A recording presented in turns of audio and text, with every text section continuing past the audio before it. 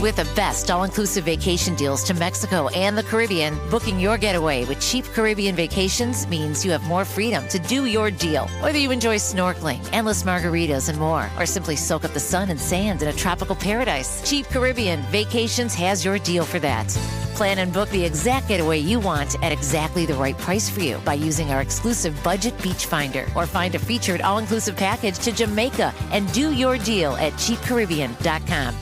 Good afternoon. We are doing it live right here in the 4 o'clock hour. We get right down to business in 790 KBC. Right after Ben Shapiro and just before the 790 KBC News Blitz with Randy Wang. We've been doing more in 2024 at 4 in the afternoon. Mottek on Money live on the air on 790 KBC. Streaming live online worldwide at kbc.com and your on-demand Mottek on Money podcast, kbc.com, Apple, iTunes, YouTube, all your favorite podcast platforms. Well, a bit of a breather for the record-shattering stock market rally to start the holiday-shortened week. The Dow coming in for a closing loss today of 162 points. The S&P 500 slipping 16. The Nasdaq down 44, coming off the record high it achieved last week. We're watching what's happening with this market rally. The Dow is now up 4.3% so far this quarter. The Nasdaq is up 9.2%. The S&P 500 is also doing quite well, up about 25% over the past 5 months. Shares of Boeing in the spotlight today. As you heard at the top of the hour, big news, the defense giant's chief executive Dave Calhoun said he will step down at the end of the year. Looks like Boeing stock rose more than 1% on that news today. We're also watching what's happening with former President Trump. A big day today, clawing back his way from the brink of financial ruin by scoring a couple of victories, a court ruling that significantly lowered a crushing appeals bond he owed, and an imminent Wall Street stock listing for his Truth Social media platform.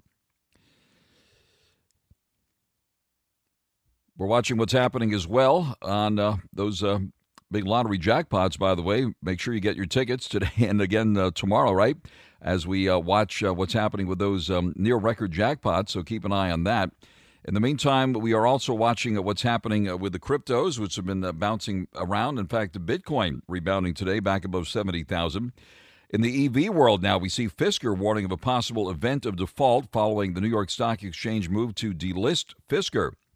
The New York Stock Exchange, according to MarketWatch, said it would begin the delisting process for Fisker stock, a move the EV maker said would trigger an event of default in some of its convertible debt due next year.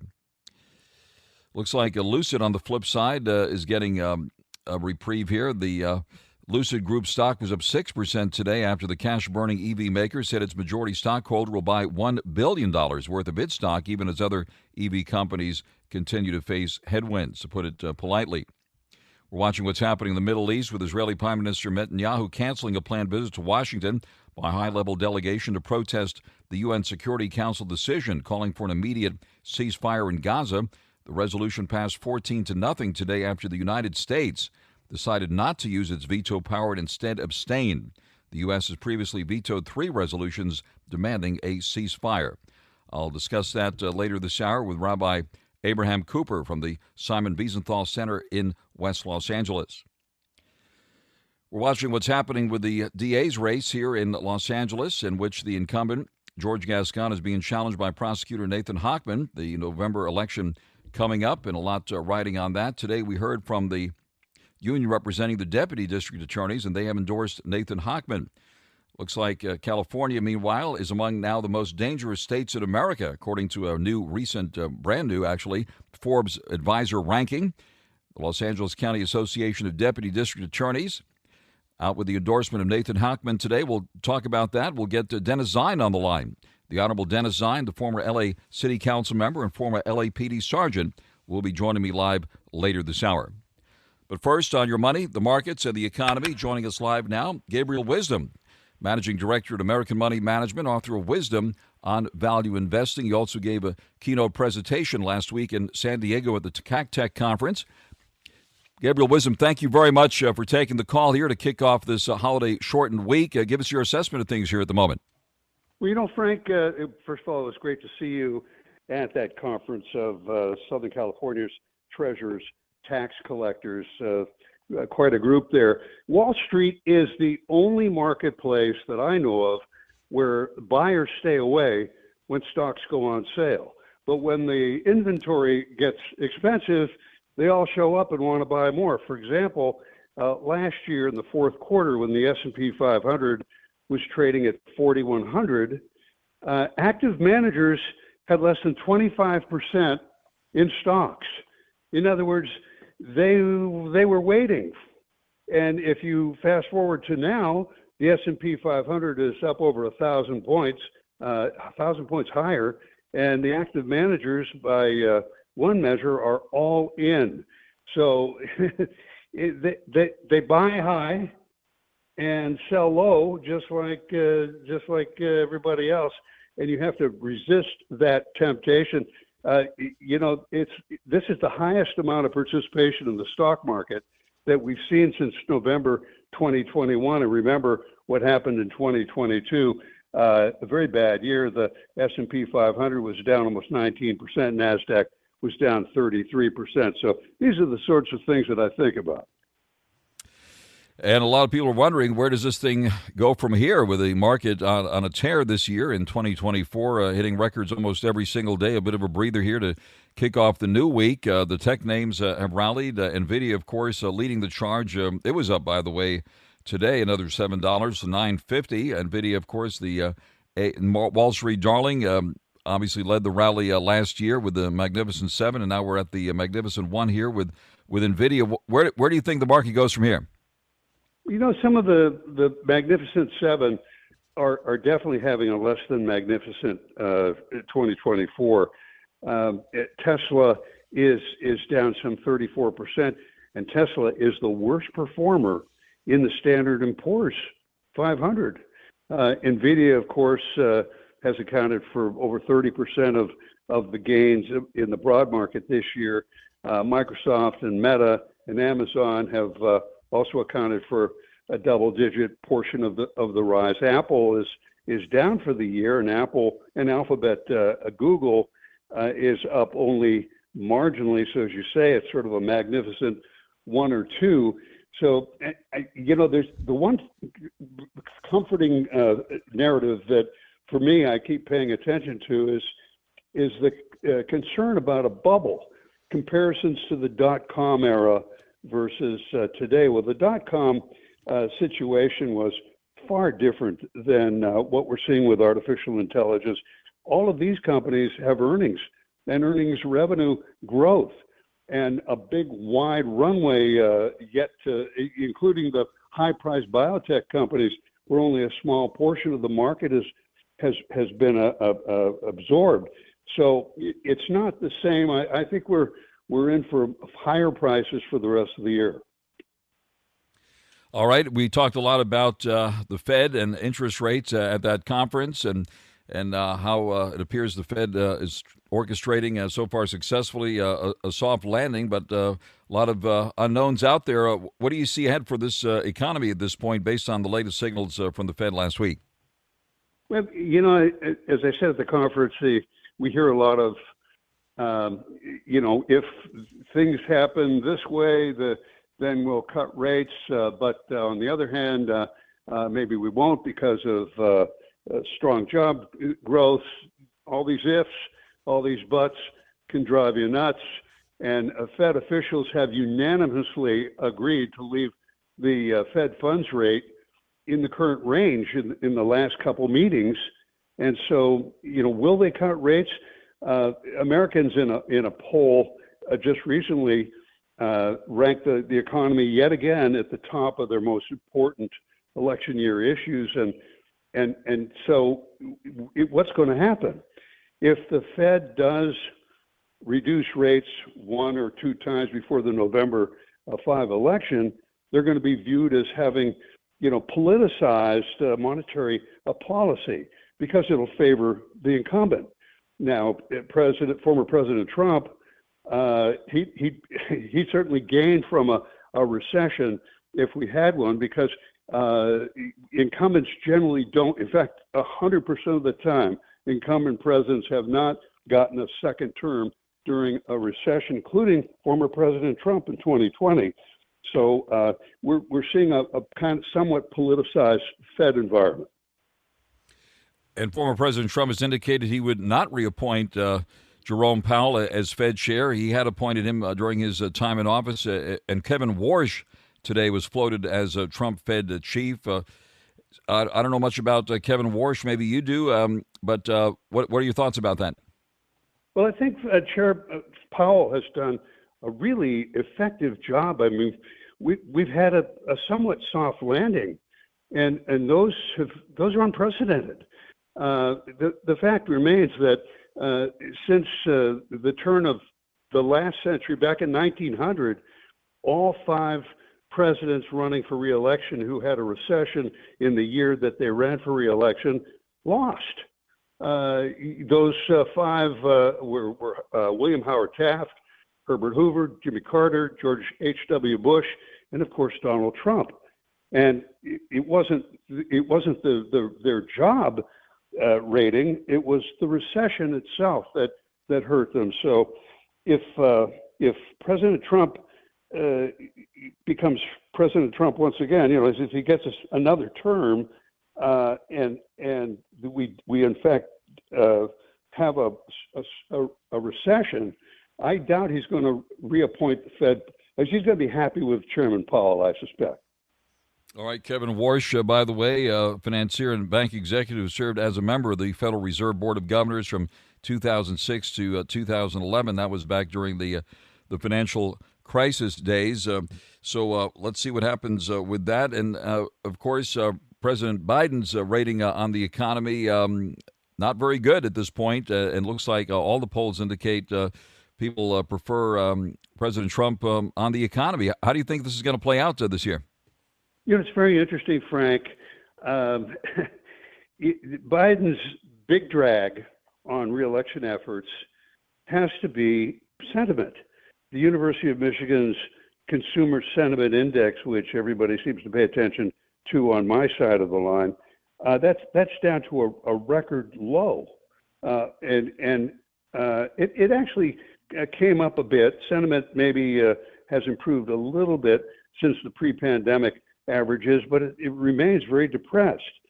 So this developing dynamic between President Biden and the economy and the Federal Reserve, it's going to be very, very interesting to see what happens up to November 5. He may not be able to recover even if the Fed does reduce the cost of money if they wait until, say, the month of October.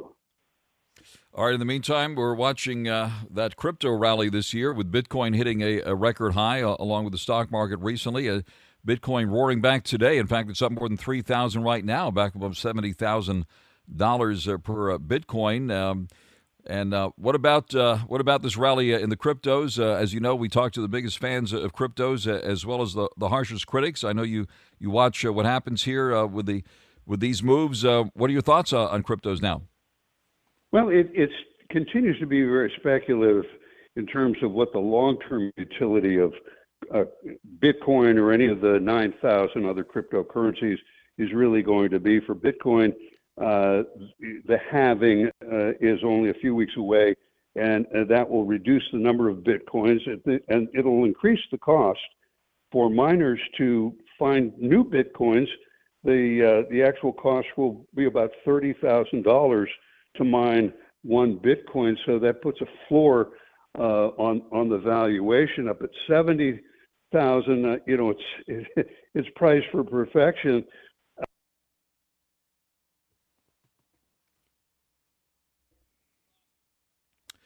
Gabriel Wisdom. Very short, sir. Yeah, go ahead. Yeah, if the gold in very short supply as well remains depressed. All right. So, what about Boeing here with the change at the top announced today, following all of the difficulties and even a criminal investigation on what happened recently?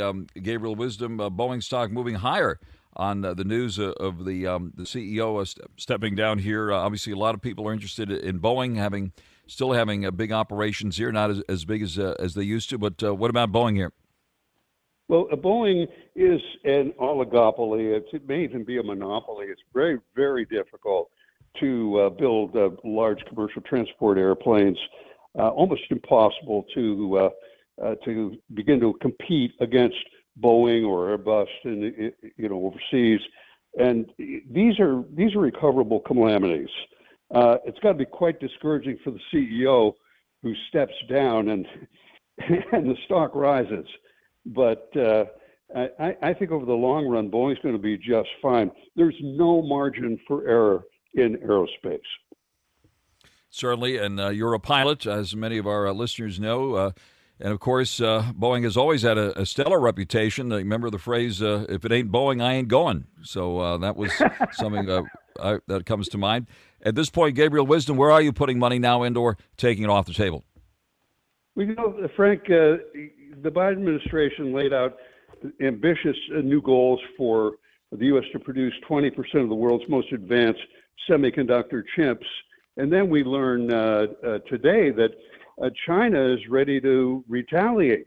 They're going to make it more difficult for Intel and Advanced Micro Devices to sell what they manufacture in China. In fact, China wants to set up their own software operations and have nothing to do with Microsoft or any of the big providers. I think the semiconductors, if they go on sale here, would be great long-term buys. Additionally, I continue to like those worst performers from last year who are standing out, like Disney and Intel, both up around 40% year to date. Gabriel Wisdom, Managing Director at American Money Management, based here in Southern California, also author of Wisdom on Value Investing. Gabriel Wisdom, thank you very much for taking the call here this afternoon. Thank you, Frank. And right out to the freeways we go now on 790 KABC. Friends, let's be honest. Sometimes we find ourselves or a loved one dealing with a massive injury caused by a terrible accident by no fault of our own. Sometimes it's simply being in the wrong place at the wrong time. We're good at preparing for earthquakes and fires, but let's not forget to prepare in case we're involved in a major accident. It's critical to know who to call first. Clark Fielding became a lawyer to help you in a crisis. Fielding Law is focused on justice and resources for you because they understand how the system works and what to do in the most horrific situations. I always say to put the Fielding Law team in your phone under the word accident. So all you have to do is hit dial. You'll feel better having set this up for yourself and your family. That number is 833-88-SHARK. 833-88-SHARK. With the population exploding and increased vehicles on the freeways, be proactive, prepare for the worst, and expect the best. But if and when you do need help, call Clark Fielding and his team of sharks at 833-88-SHARK. 833-88-SHARK, or go to clarkthesharklaw.com. Again, that's clarkthesharklaw.com. Mottek on Money continues here in 790 KABC. Good afternoon. We're doing it live, and 790 KABC welcomes Matt Frazier, America's top psychic medium, coming to the United Theater on Broadway June 26th.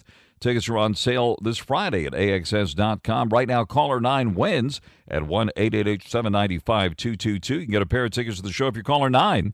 Call right now, 1-888-790-5222. Not a rocking day on Wall Street today. The NASDAQ coming off its record high, which we saw on Friday.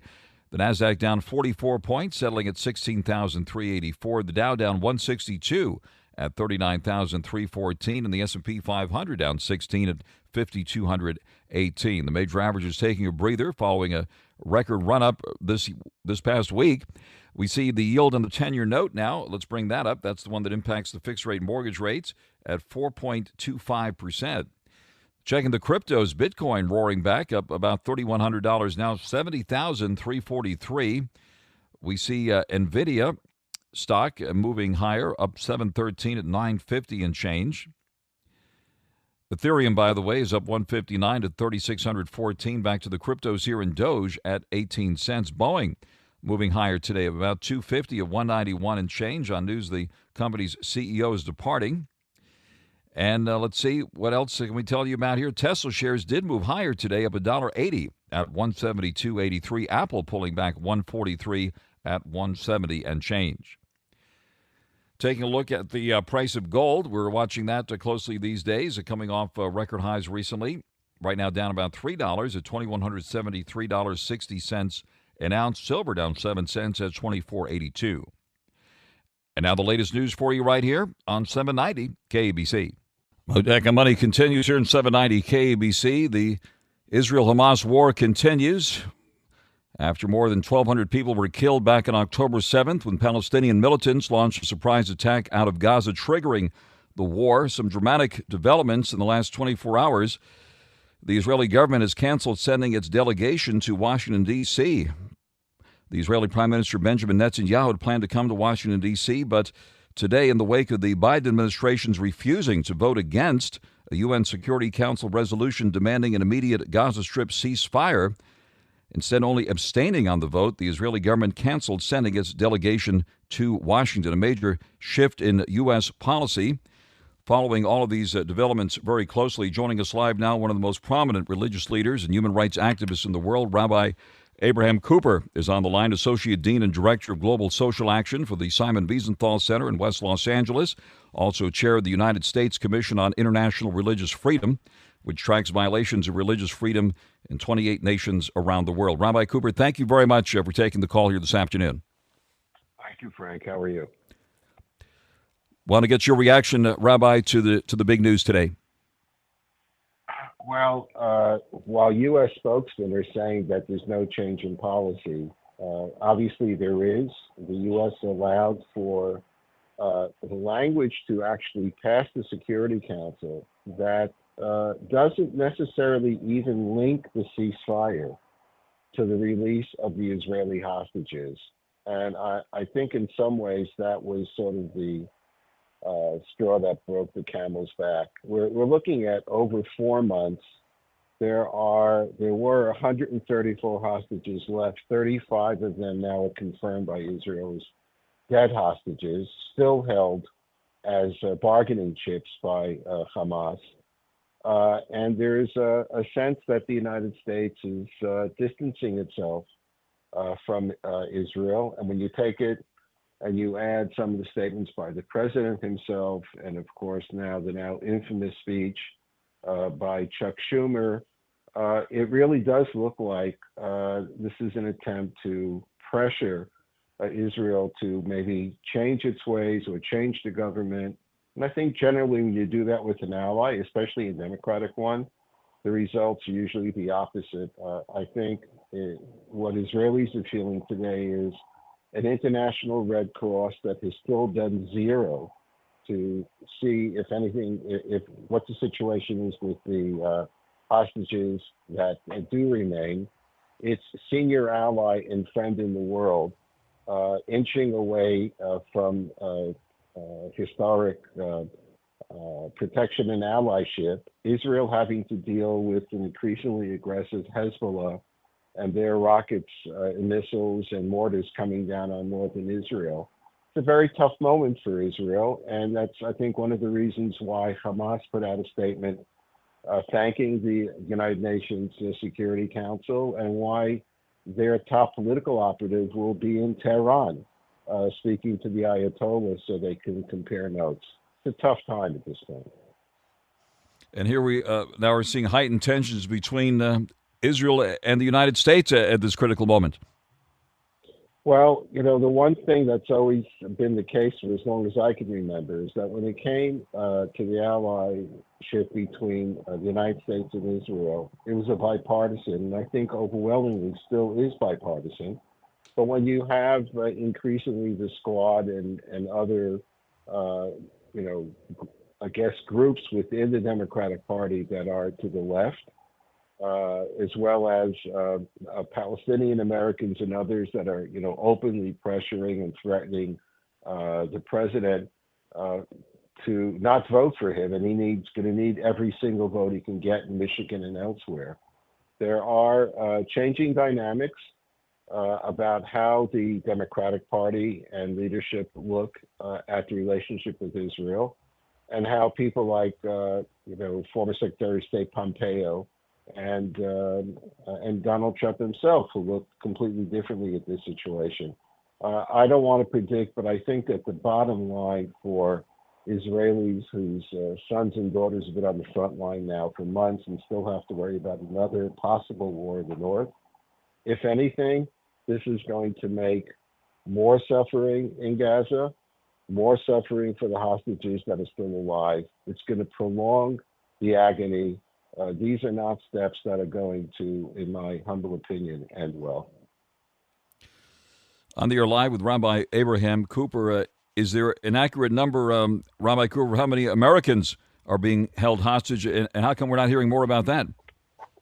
I don't know the exact number. I think it's between 5 and 6 who have dual citizenship.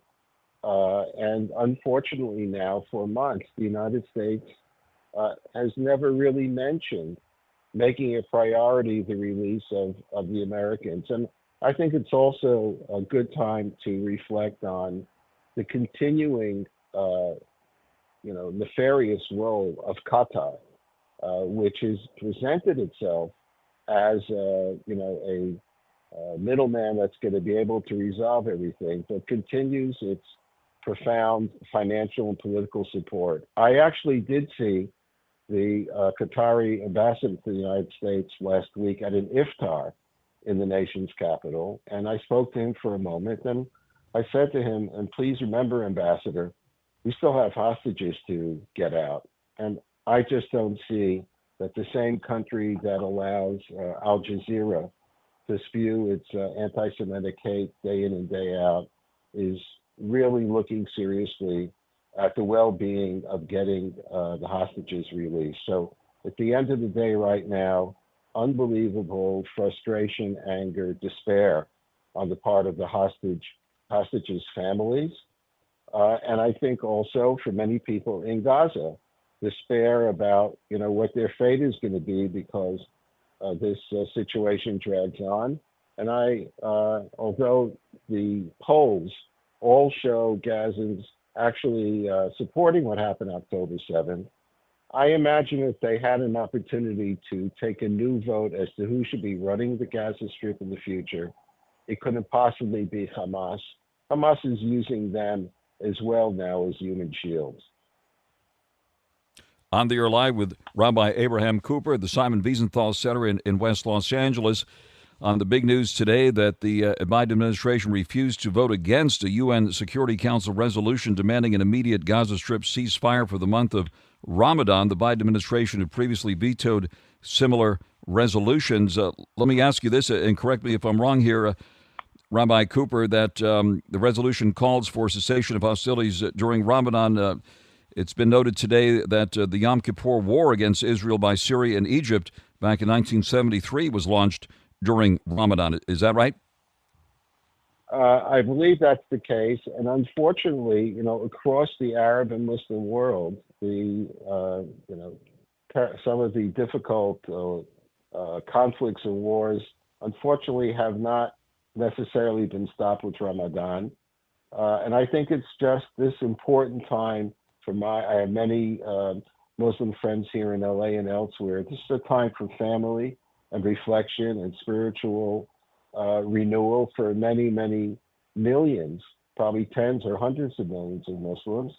But as far as it, being utilized and manipulated for other purposes, that doesn't really stop. But just take a look at the horrific event that just took place from ISIS-K in Russia. They didn't postpone their murderous attack on innocent people out for an evening in Moscow, and the murder and mayhem then. So it may make for strong optics at the United Nations, and maybe someday soon the spiritual values of our Abrahamic faiths will shine through and encourage peace, salam, between within our own religions and with other groups. But right now, the realities on the ground around the world is that here's the bottom line. Religion was supposed to be a blessing for humankind. And unfortunately, right now, in too many places, it remains a curse. Rabbi Cooper, it was just about a week or so ago that the Simon Wiesenthal Center urged Senator Chuck Schumer, the Democratic leader, to respect Israeli democracy and withdraw his call to remove Prime Minister Netanyahu at this critical moment. Have you received any additional reaction from Senator Schumer on that at this point? Well, I think he was quite shocked by the pushback from American Jews and others. What's really interesting that in the last few days, both the Speaker of the House and Chuck Schumer apparently had agreed to invite Bibi Netanyahu to come and make his case before a joint session of the House and Senate. It's really hard to know with all of these different maneuvers whether that's actually ever going to happen.